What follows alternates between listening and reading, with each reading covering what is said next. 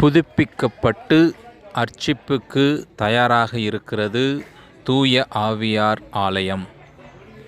மதுரை உயர்மறை மாவட்டம், தேனி மறைவட்டம், அனுமந்தம்பட்டி ஊரில் அமைந்திருப்பது மிக பழமை வாய்ந்த இந்த தூய ஆவியார் ஆலயம் 1881ஆம் ஆண்டு கட்டப்பட்டு ஏறக்குறைய 144 ஆண்டுகள் பழமை மாறாமல் பாரம்பரியமிக்க ஒரு ஆலயமாக திகழ்கிறது.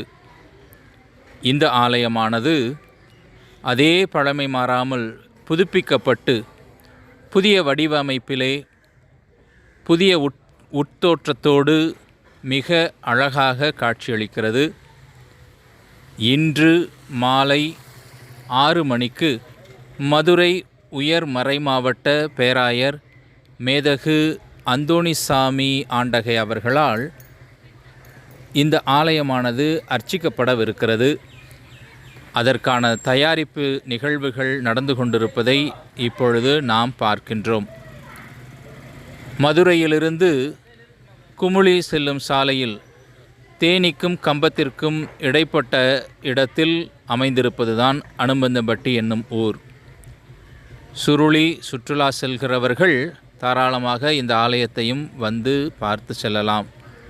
வாருங்கள், ஆலயத்தின் உட்புற அழகையும் கண்டு ரசிப்போம். எழில்மிகு விதத்திலே ஆலயத்தின் உட்புறமானது புதுப்பிக்கப்பட்டுள்ளது.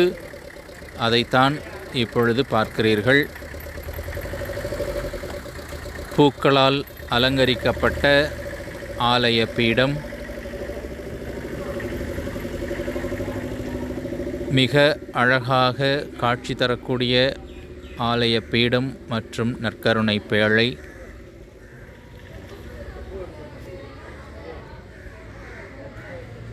பீடத்தின் வலதுபுறத்திலே புனித சவேரியார் சுருவமும்,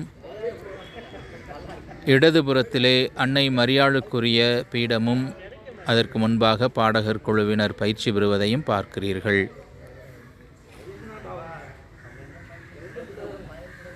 வாருங்கள், ஜெபித்து தூய ஆவியாரின் ஆற்றலை பெற்றுச் செல்லுங்கள். நன்றி.